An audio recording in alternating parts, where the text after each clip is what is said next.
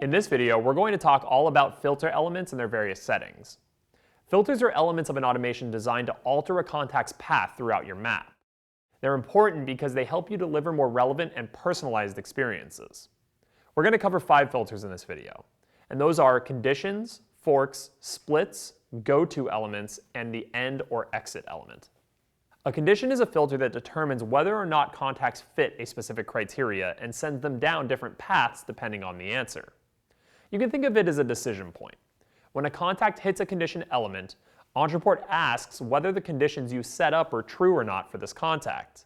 And then based on the answer, the contact is sent down a path, either the yes or the no. You can use conditions to filter your contacts into different streams and deliver specific follow-up to each. For example, you might want to send different emails to folks who have bought your stuff in the past versus those who haven't. Or you might want to send people in different locations different messages. Maybe you want to get a sales rep to call someone who says their budget is higher, but stick to emails for entry-level folks. All of this kind of stuff is easy with conditions. Select a condition element, go to the element settings, then add a condition, and select your criteria using the Add a Condition button. This is a lot like setting up conditions elsewhere in the app. Sometimes you'll want to break your audience down into more than 2 possible paths. Maybe you'll want to get people with a budget over 10K in one path, those between 5 and 10 on another, and those under 5K on a third path. So the way to do this would be to actually just stack your conditions one after another, creating multiple branching paths like this. Remember that conditions don't get triggered or move contacts to other parts of the map like triggers and goals do. Instead, they are looked at only in the moment that a contact hits that condition element. The condition is then either met or not, and the contact continues down the appropriate yes or no path. Okay, let's switch gears for a second and talk about another type of filter. That's going to be forks. Forks create 2 paths, a lot like conditions, but the difference is that when a contact hits a fork element, they actually go down both sides and both paths. That is, there is no condition or if-then thing happening here. Instead, a copy of the contact is created at this point, and they're sent down both paths simultaneously. So, your contact will now be on your map twice. This is useful when things get complex, or when you need 2 things to happen and one of them involves some sort of a condition or otherwise more complicated setup.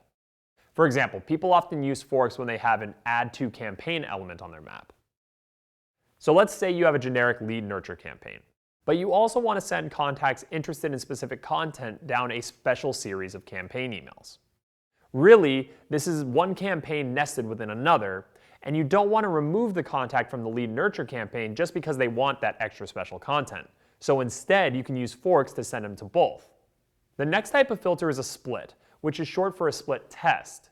Now, like conditions and forks, splits do create 2 flows beneath it, but unlike forks, a contact passing through a split will only go to one side or the other.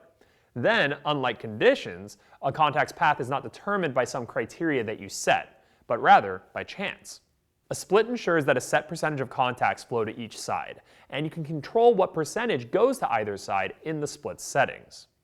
The purpose of a split test is to evaluate the performance between 2 sets of actions to determine which your audience responds to better. This is particularly useful when you want to split test email messages or entire systems.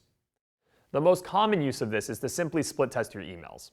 We just add a split and then send some traffic down both sides, then grab 2 different emails and put one on each side.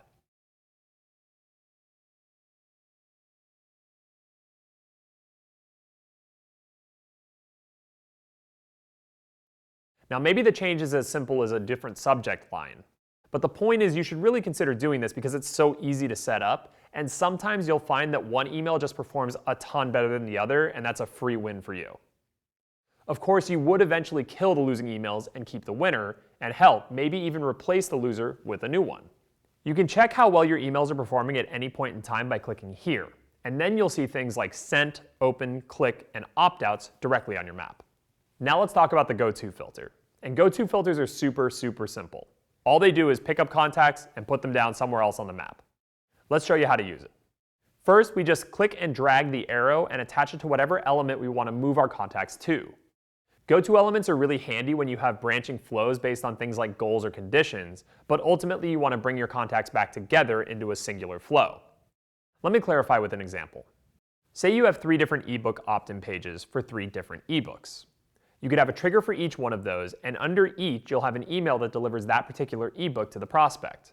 Then after that, your follow-up may be the same for all 3 prospects regardless of which ebook they opted in for.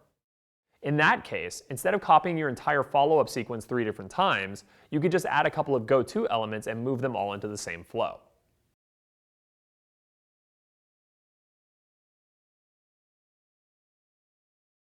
And finally, we come to the end and exit filters, and this is how you want to end any particular automation flow in Ontraport. Here's how they work. Ends will stop contacts there and leave them on the map, while exits pull the contact off the map entirely. For reporting reasons, it's generally a good idea to just leave folks on an end element at the end of the map unless you have a good reason to remove them. To make an exit, you actually start by adding an end element. Then, you have one choice in the settings on the left, and that is a checkbox for remove contacts from this automation when they reach here. This checkbox is basically asking if you want to actually have the contact exit instead of just end.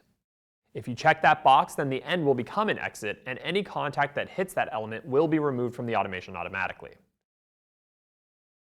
With that done, we've officially covered all of the different element types, except for the advanced stuff, which honestly you shouldn't worry about too much right now. In the next video, we're going to put all of these element types together into an example automation.